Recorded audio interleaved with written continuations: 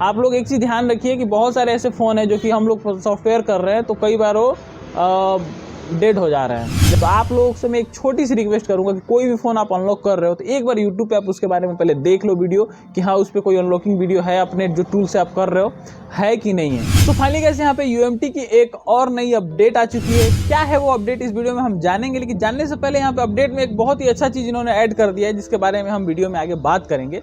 तो ये मुझे काफ़ी अच्छा लगा। तो चलिए हम आगे बात करते हैं। सबसे पहले अपडेट को देख लीजिए।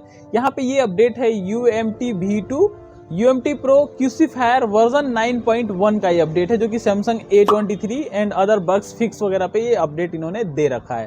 तो हम पूरे डिटेल में अगर हम चलते हैं तो यहाँ पे आप देख लीजिए, ये रहा अपडेट और ये सपोर्टेड फंक्शन जो कि पहले से इसके अंदर वो है। और एडेड में आप देखेंगे तो यहाँ पे Asus, Huawei, Oppo के कुछ नए मॉडल को ऐड किया गया है, Samsung के और एक पता नहीं कौन सा कंपनी है इसको नया ऐड किया गया। इसके अलावा यहाँ पे update firehose protocol for supported V3। इस V3 वाले ऑप्शन में यहाँ पे इन्होंने कहा है कि unfortunately auto loader will not work for protocol version इस 3। मतलब जो आपका ऑटो लोडर डिटेक्टेड वाला जो ऑप्शन था वो अनफॉर्चुनेटली अभी के जो नए मॉडल है जो V3 वाले प्रोटोकॉल पे सपोर्टेड हैं उनमें ऑटो लोडर डिटेक्टेड का ऑप्शन अभी वर्क नहीं कर रहा है। तो कहने का मतलब आपको लोडर अलग से देना पड़ेगा।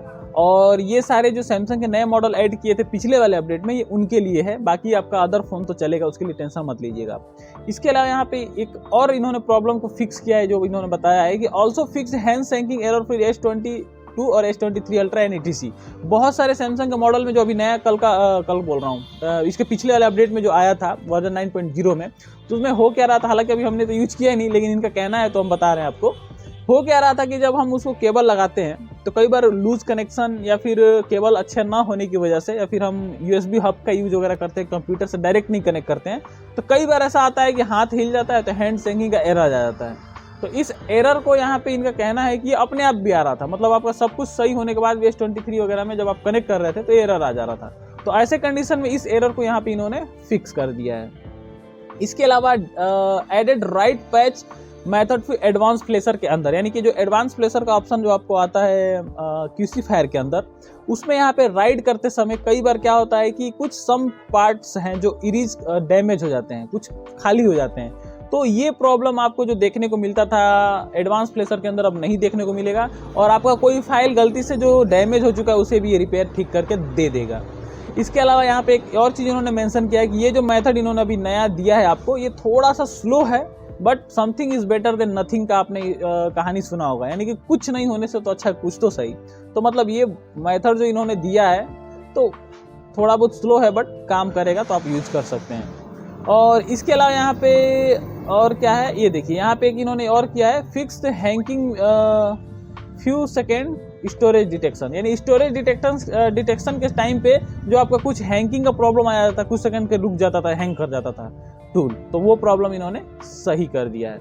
इसके अलावा यहाँ पे फिक्स लोडर राइड एरर सम लोडर S23 अल्ट्रा, मतलब कि कुछ लोडर जो था जिसका लोडर का जो एरर आ रहा था उसको भी यहाँ पे इन्होंने फिक्स कर दिया। तो बेसिकली ये था हमारा अपडेट। पहला तो हमें ये अच्छा लगा कि फिक्स हैंकिंग का जो ये प्रॉब्लम था ये वाला हमारा यहाँ पे सही कर दिया इन्होंने। और दूसरा यहाँ पे जो इरीज फाइल हो जाते थे, कुछ सम फाइल जो हम लोग उसको स्टोर करके अपना राइट करके रखना चाहते थे, तो वहाँ पे कुछ छोटे छोटे पार्टीशन वगैरह थे जो हमारे मिस हो जाते थे, वो यहाँ पे इन्होंने सही कर दिया, वो चीज़ नहीं होने वाला है।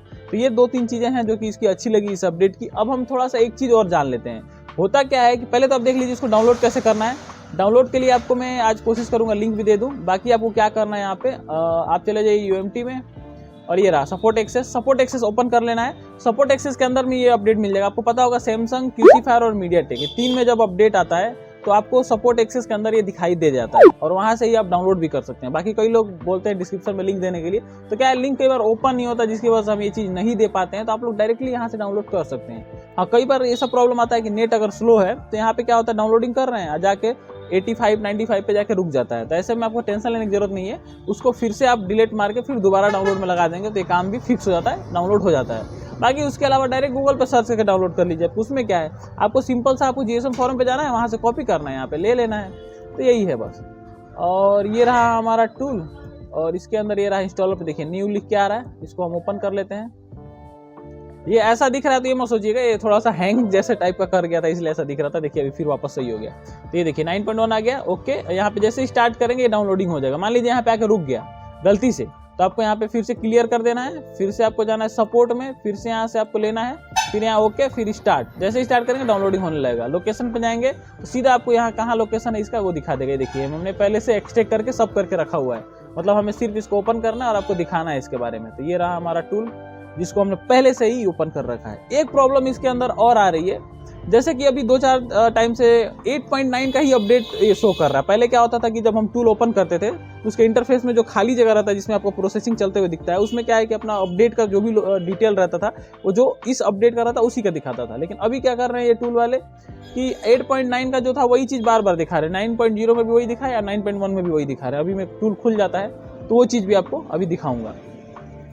और मैं थोड़ा सा ये बता दूंगा आपको कि ये टूल को मोटा मोटी कैसे यूज करना है, क्योंकि पूरा सिस्टम ही चेंज हो गया है। तो बहुत सारे लोग हो सकता है कंफ्यूज हो, हालांकि जो चलाते हैं उनको तो पता होगा जो फंक्शन चेंज हुआ है तो कैसे क्या करना, बट जिनको नहीं समझ में आ रहा थोड़ा सा मैं समझाने की कोशिश करूंगा।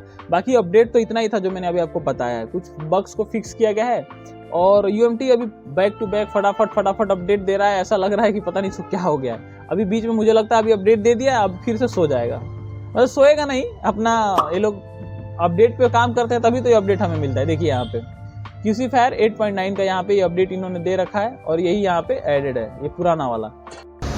तो अब आप देखेंगे तो यहाँ पे रीड इन टूल पे जाएंगे तो सबसे मेनली यहाँ पे कोई भी आपका फ़ोन सेलेक्ट कर लीजिए, कोई भी यहाँ पे मॉडल सेलेक्ट कर लीजिए और सेलेक्ट करने के बाद से आपको कैसे यहाँ पे क्या करना है। देखिए फॉर्मेट यहाँ पे रीसेट आ रहा है ना, यहाँ पे आपको ये देखिए रीसेट FRP फॉर्मेट FS इस जगह से आपको एग्जीक्यूट करना है। ये चीज़ ध्यान रखिए, मेनली हमें इसी का यूज करना पड़ता है। बाकी यहाँ पे ये सारे फंक्शन को तो आपको पहले से पता है जो मैंने आपको बता रखा है।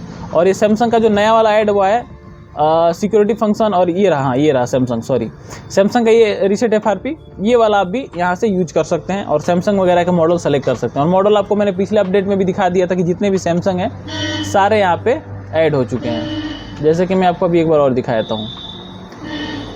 ये रहा सैमसंग और ये देखिए ये पूरे मॉडल यहाँ पे एडेड है, पूरे के पूरे S23 वगैरह जितने हैं सारे के सारे एडेड हैं, फोल्ड फ़ोन वगैरह सब।